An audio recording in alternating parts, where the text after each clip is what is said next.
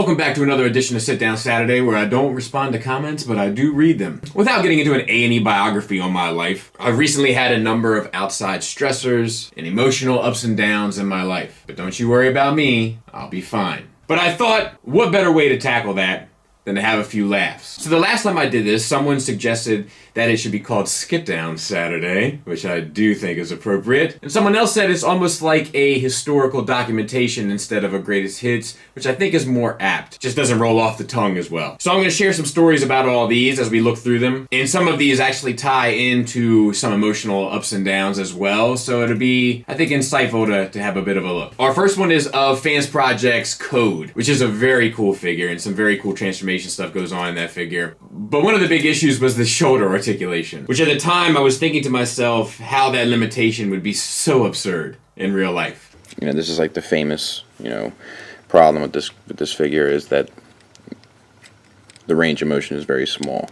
Like, I'm not sure if you can imagine what that would be like. Okay, I just need to get a glass of water.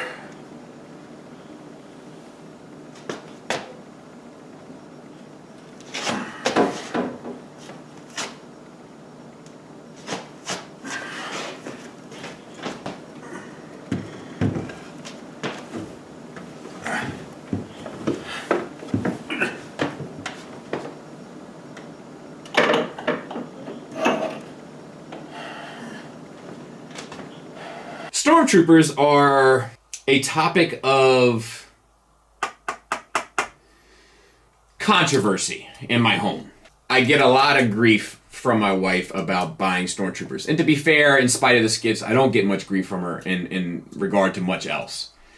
But Stormtroopers, it pushes all her buttons the wrong way. So her and I often joke about it, and one of the jokes is that one day it's going to be one Stormtrooper too many, and she's going to put an end to all of it.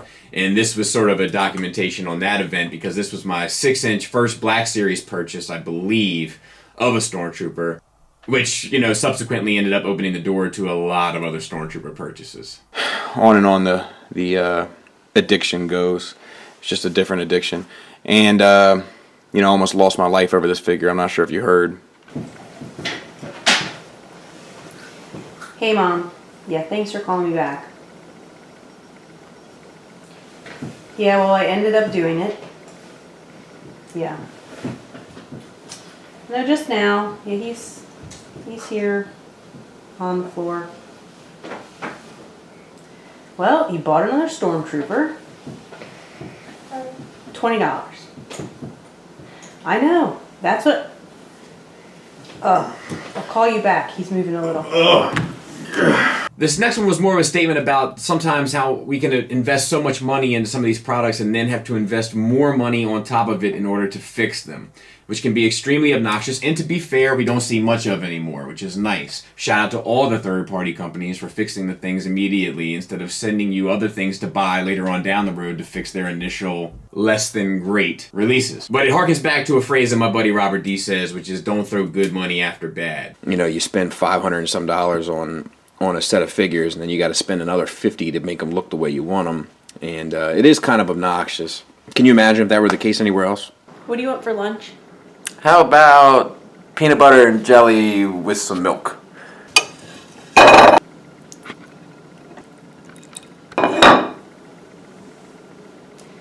You never said it had to be on a sandwich. Are you cereal? This next one speaks a bit more to the emotional ups and downs, and we're going to get serious for a bit, and I don't really like getting serious on this channel. I have other outlets where I can get serious, but I had a very close friend of mine, a childhood friend, fall into a bit of personal despair at a point in his life, and he ended up taking his own life. And I'm not going to get too heavy, but it was emotionally taxing on all of us. I grew up with a very close-knit group of friends. At any rate, I say that to say this. This was shortly thereafter, this skit, and if I was to psychoanalyze myself, I would say that most of the times when I face any sort of real emotional, physical, mental challenge, probably the most successful coping mechanism for me is to find some way to laugh about it. And sometimes it's harder than others. But I know at this time that this review was done that it was something that was going on in my life. And if you're not aware of the backstory to it, it's pretty funny. I guess it could seem pretty tragic now, but don't think of it as tragic. Just appreciate that it's something that helped me get through a tough time. I was like, look how cheap the price is, and then saw the shipping and tried to kill myself, but it was like a small try, so it was more like a cry for help. It's just not worth it. $30 in shipping. Yeah, ouch. Ugh. Maybe I'll go the slow route.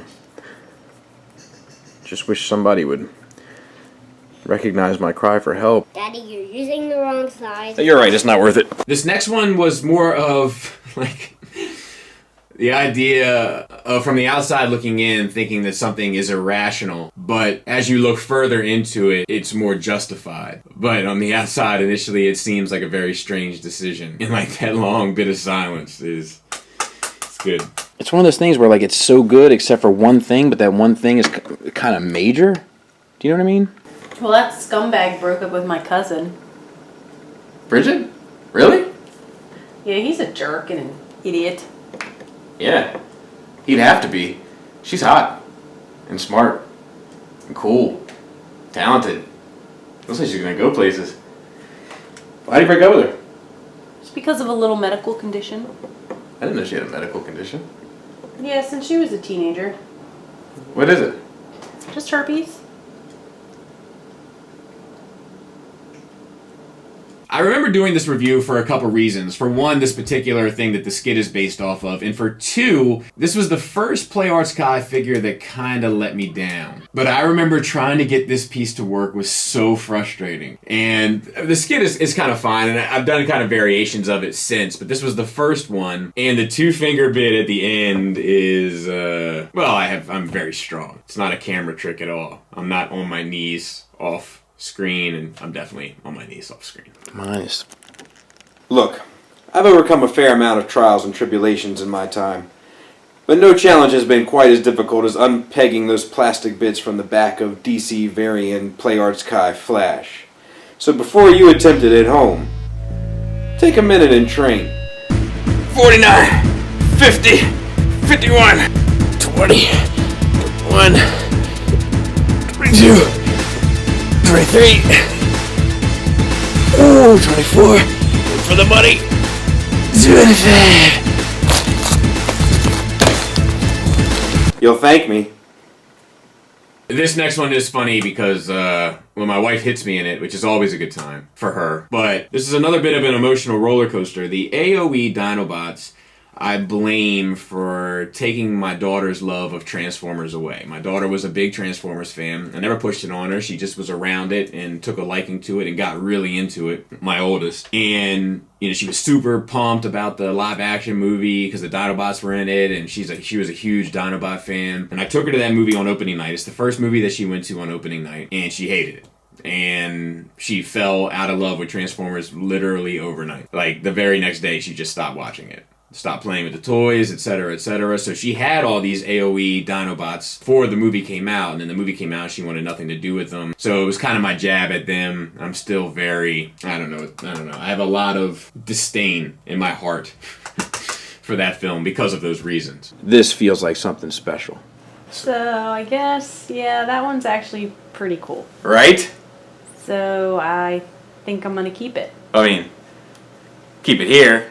Keep it in the basement. You can come down and see it whenever you want. I'm gonna keep it. I bought it, so Yeah, and you bought it with my money, so it's mine. Don't go that route. You're bigger than that. You're better than that. Your money, what's mine is yours. What's yours is mine. Are you gonna start collecting now? That one. You gonna have a little collection? Have a little collection all your own? Nope, just that one. You probably don't even know his name. You just give him back to me. You have what's yours, and I get what's mine. I'm not even gonna argue it with you. I'm not gonna barter with you. I'll trade you for these AOE Dinobots. Oh! Speaking of my daughter, this is one of my favorite skits of all time, where she got to sit down and review a figure. She'd wanted to. She'd asked me if she could review a figure for my channel, and I thought that a whole review might be a bit much, but I would definitely let her review something for a skit.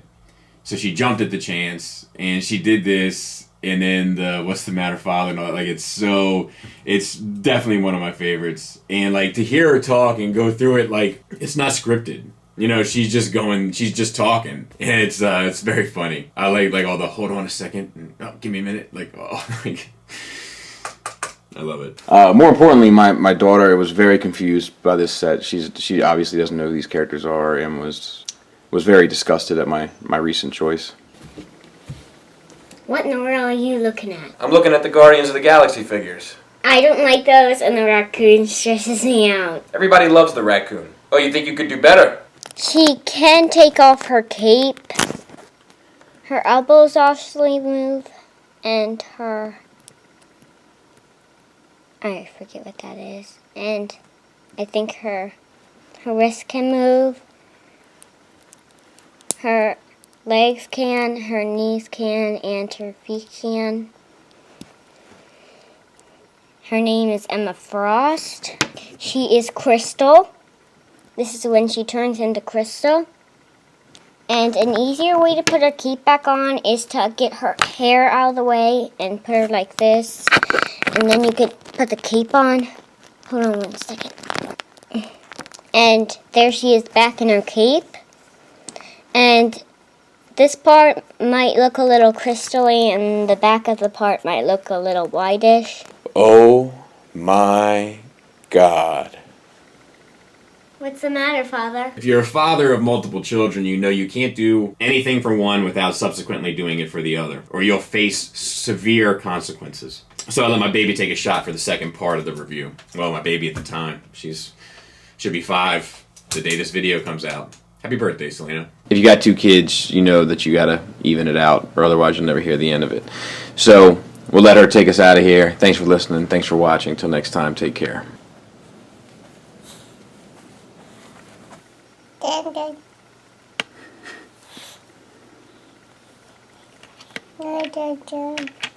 Is it good?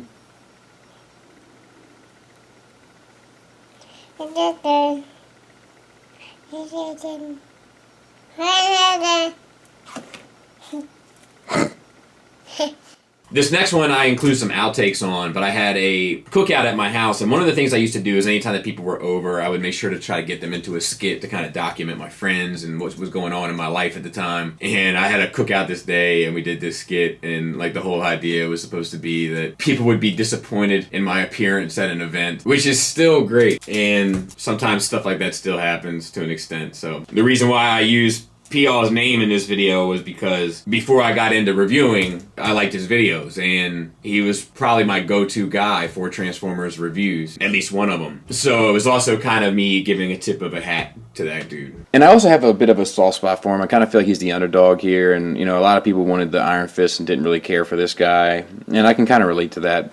And now, our special guest.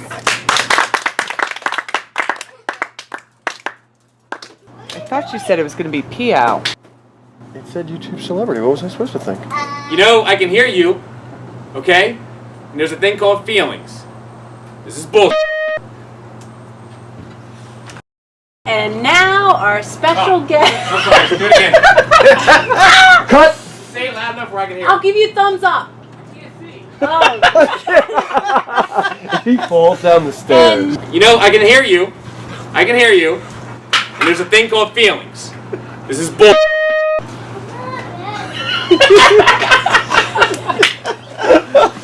Yo, bro! Because they see the mask. How's the clapping? Yeah, tell him to stay in To there. my life. So we do More the clapping than well. you imagine. Dude, I'll do this all night. And then the last one, I had a neighbor, this guy Scott, very funny dude, cool dude. And I think the Star Wars 3 3/4 toy line is amazing. Not to say that the toys are always great, a lot of them are trash, but the history of it all is just so interesting to me. And it's like the only toy line where they flesh it out so much and give you little obscure characters with odd nuances, and I think that's so cool. But I always think about, like, what if other toy lines did it? I mean, obviously the market wouldn't support it, but like, what if Hot Toys, you know, 1/6 or Sideshow 1/1 scale figures came out for like super obscure characters? Like, just how funny that would be. Like if you had a display room with nothing but obscure characters, like the, you know, the guy that was eating chicken in the restaurant or whatever. Like, that's what this was about. And I took a shot at BBTS in this. BBTS has since switched to $4, I think, flat for all shipping, which is great. That seems very reasonable to me. But at the time, I mean, they were such a big company, and it's, in spite of how much money you were spending, you still had to pay shipping on top of it, and it never sat right with me. But, you know, we grow, change, and evolve, and so do companies, apparently. So, and that's all the plug-in of BBTS I'll be doing for today, but I thought it was funny. Thanks for listening. Thanks for watching. Until next time, take care. They're able to really flesh out the entire universe where you get characters you would never get in any other kind of toy line. Like, can you imagine if Hot Toys approached it this way? What's up? Skullface here, spokesman for Hot Toys. And today we are looking at the new Hot Toys life-size model. You may not recognize him, but this is Joe.